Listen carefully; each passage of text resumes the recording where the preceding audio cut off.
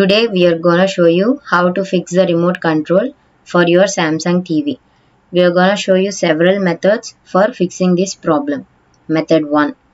First, remove both batteries from the remote, then unplug the TV from the wall, wait for 60 seconds, then plug the TV back in once your Roku comes back up to the main screen. Go ahead and put your batteries back in the remote. Try your remote.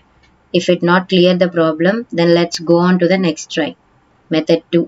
We will try what they call repairing the remote to pair the remote. Hold down the return key and the play or pause key at the same time for at least 5 seconds. You will see a message come up and say pairing is complete. Unlikely even that this is procedure did not work. Replace the batteries in the remote with new ones. Order a new replacement remote. If this video helped you out, please leave a like and comment down below. If this worked for you, thanks for watching.